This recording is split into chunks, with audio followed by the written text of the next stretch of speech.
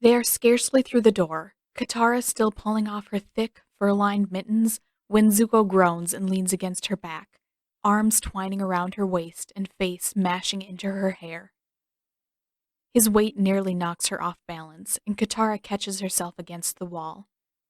With a laugh, she cranes her neck to look back at him. "You could at least let me take off my coat first, Zuko."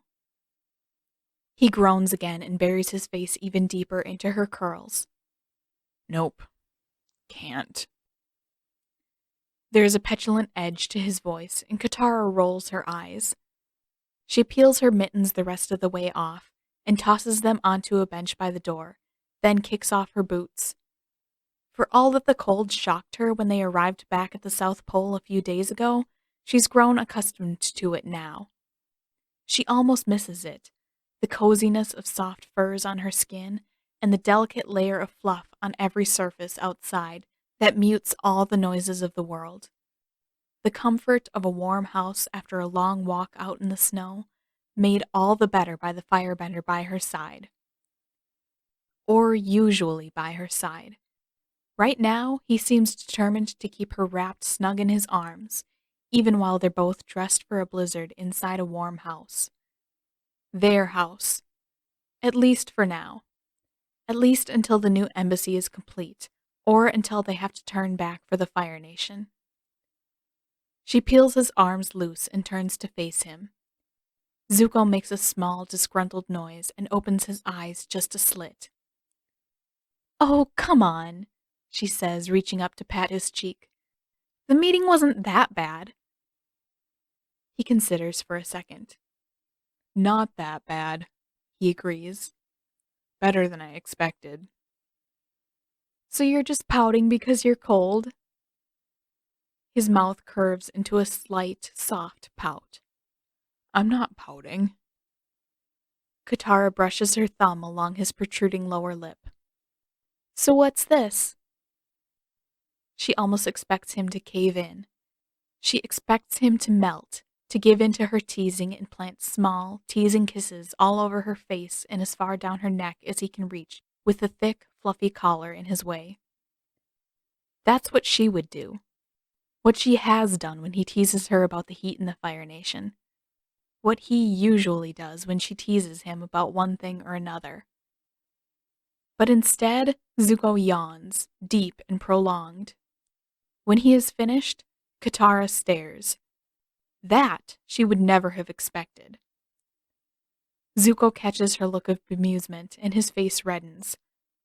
It must be really late." "Late?" Katara pokes him. "We still have 2 hours before we have to meet Dad for dinner." "But it's so dark." His pout returns, and Katara is tempted to run her finger along his lip again, just to watch his reaction. She resists the urge and cups her hand around his cheek. It's the South Pole, and it's not the winter solstice yet. It gets a lot darker than this. Zuko rests his head against her hand. "It's late," he insists. "Has to be. I wouldn't be tired if it wasn't late." She lets her voice drop into a softer, warmer tone. "I'm pretty sure that's not how it works, Fire Lord." "I'm pretty sure it is." He closes his eyes and nuzzles into her hand. He draws power from the sun, Katara reminds herself. That must be it. Without the sun to fuel him, he doesn't have quite the same capacity to push himself to inhuman limits. The limits he usually abides by, spending so many hours of his days in the Fire Nation in meetings, then in poring over treaties and trade agreements, and correspondence from all the other leaders of the world.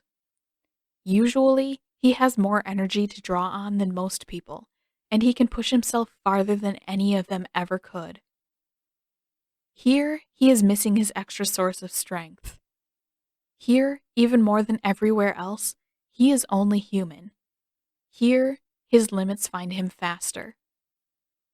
For a little while, Katara is perfectly happy to hold his face in her hand, watching the creases in his forehead, around his mouth and eyes smooth away. He looks peaceful in a way that he rarely does outside of sleep, but then he leans harder on her hand and starts to tilt himself ever so slightly forward to rest his weight on her chest. "Hey!" She flicks his shoulder. "Are you sleeping?" Eyes still shut, Zuko mumbles, "Maybe." Katara rolls her eyes and pushes him off. "I love you, but I'm not going to keep holding you just so you can sleep standing up."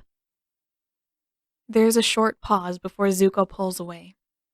"Fine." He yawns tremendously and yanks his parka clumsily over his head. "Get some rest before dinner," she tells him, her hand brushing against his after he hangs his parka by the door. Steel gray rather than blue, just different enough to set him apart from the tribe, but similar enough that he never looks out of place. "We still have 2 hours." Zuko nods groggily and presses a quick, soft kiss to her forehead before wandering off toward the bedroom.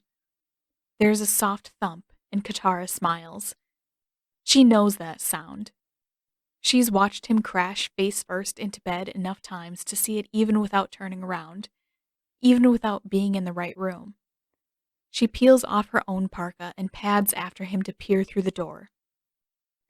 Just as she expects, Zuko lies sprawled at an odd angle across the bed, arms splayed out to the side and his feet dangling off the end.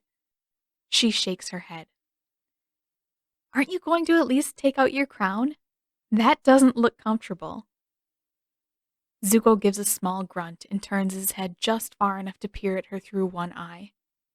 "Can't," he declares in a mumble. "Too tired." Katara smiles and crosses her arms. "Don't think I don't recognize a ploy to get me to play with your hair when I see one." He doesn't respond, just closes his eyes and lets out a sigh, head still turned partway back in her direction. Lucky for him, Katara doesn't like seeing him uncomfortable, even if it's his own doing, his own laziness. And she can never resist the urge to run her hands through his hair. She crosses the room, nearly soundless, to sit beside him on the edge of the bed. Before she can reach his crown, Zuko's arm snakes out and hooks her around the waist. A surprised laugh bursts out of her, and he twists, pulling her down beside him. "You're warm," he murmurs sleepily and presses his face against her sternum, his arms wrapped snug around her middle. Despite herself, Katara smiles. "And you're a ridiculous sneak." "Didn't stop you from marrying me." She rests a hand against the back of his head, playing with the binding on his top knot. "You've gotten sneakier since then." He goes quiet, and Katara pulls the crown from his top knot, then slowly unwinds the binding until his hair spills free in glossy black streams against the fur bedspread. She runs her fingertips through his hair, then plants a small, soft kiss on the top of his head. Zuko hardly reacts, and Katara leans back against the pillows, one arm draped around his shoulders while the other threads lightly through his hair. He must be exhausted. Normally, no kiss ever goes unnoticed, unreciprocated, no matter how small. She trails her fingers through the length of his hair and rubs slow circles into his scalp, soothing the places where she knows from experience that a top knot and crown pull the most against the scalp. His hair, its smooth silkiness, its fine, straight locks, never fails to fascinate her. Zuko, she knows, is much the same with her. He plays with her curls, letting them twist delicately around his fingers at every chance he gets. It's the contrast, she always believes.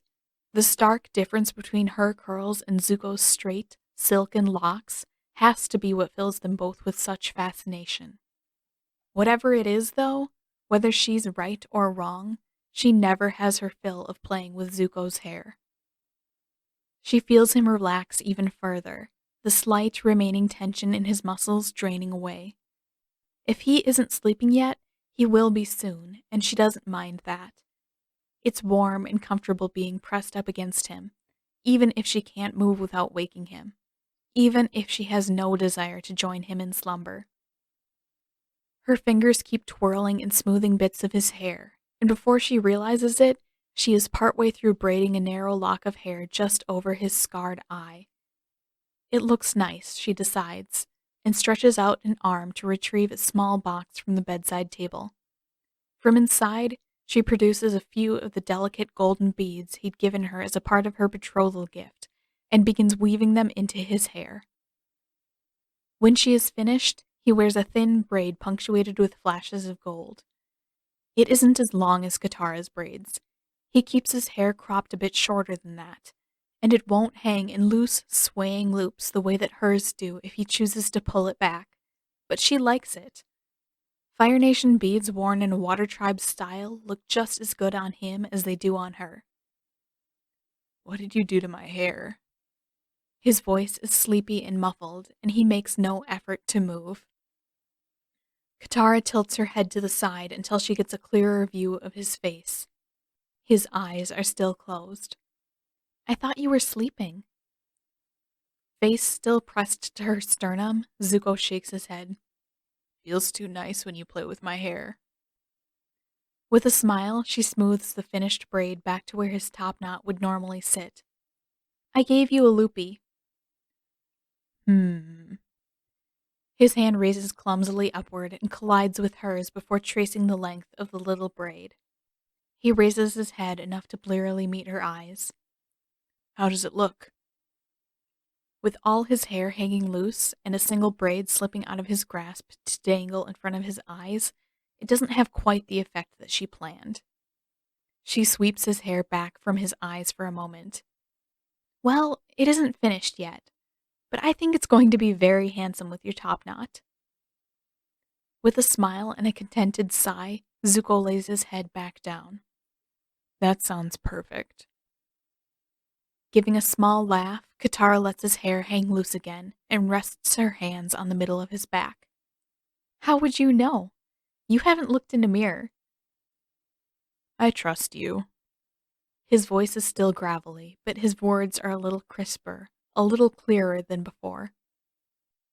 "Terrible decision. I could do your hair up like King Boomy and you'd never know the difference." At that, Zuko laughs too and rolls just far enough off of her so he can look her way without raising his head. "I really don't think you had enough time for that." She turns onto her side too and scoots down the bed so she is in line with his eyes. She smooths his hair again and her hand rests against his scar for a second. "It's bold to doubt my hairstyling abilities." She watches his eyes slip shut again and leans forward to kiss his forehead. "But you win this time. No King Boomy hair." He nods, eyes closed and expression peaceful. "Good. I don't think I could pull that off." "I don't think King Boomy can either, but who's going to tell him that?" He laughs again and opens his eyes, the soft golden irises skimming over her. "Have I mentioned how much I love you today?" "Probably, but I can always stand to hear it again." He doesn't speak, instead feeling around for her hand and pressing it gently to the lightning scar on his chest. Her heart flutters, just as it always has at the reminder of his near sacrifice. "This much," she hears his voice whisper in her mind. "This much and so much more." She can't think of a proper response, just holds her hand where he placed it, and wraps the other as far around his hands as possible. Sometimes it seems really unfair that his hands are so big compared with hers. Sometimes she wishes that she could engulf him and hold him safe forever between her palms. "I love you too," she whispers, and Zuko kisses her forehead this time. For a while, they are both quiet, both still and content to just be. Katara watches his blinks growing slower again, his eyelids staying closed longer and longer. He's still feeling the lack of sunshine, she knows, and part of her wants to crawl out of bed just long enough to send a note of apology to Dad, just a few short lines to excuse them both from dinner, and then spend the rest of the night here beside Zuko. but Zuko beats her to the point. How much longer before we have to leave for dinner? He asks, eyes closed, hands still closed around hers. An hour? She guesses. Maybe a little more than. Good. He moves a little closer and presses his face against her shoulder. Can we stay here forever? A light laugh escapes her, and she cups her hand against his cheek, rubbing her thumb along the lower rim of the scar. Not if we want to make it to dinner on time. No, here. At the South Pole. There are too many problems they'd have to face for that. Too many obstacles back in the Fire Nation and all around the world. She knows that. She knows that Zuko knows it too. She pushes back his silky hair again. And have you get all sleepy and silly on me every time the sun sets? Wouldn't that bother you? It's a nice kind of tired, he answers softly, nuzzling against her shoulder. Besides, I'd get used to it. And if I didn't, it's still completely worth it if I could snuggle with my wife all winter long. The beads in his single narrow braid glisten as they slide along his jawline, and Katara trails her fingertips lightly along the length of the braid. She would like that too. Her husband, her beautiful firebender, and someday their children too, all calling this place home. All traveling the world together, but always returning here. Someday, she answers in a whisper. Maybe someday we will.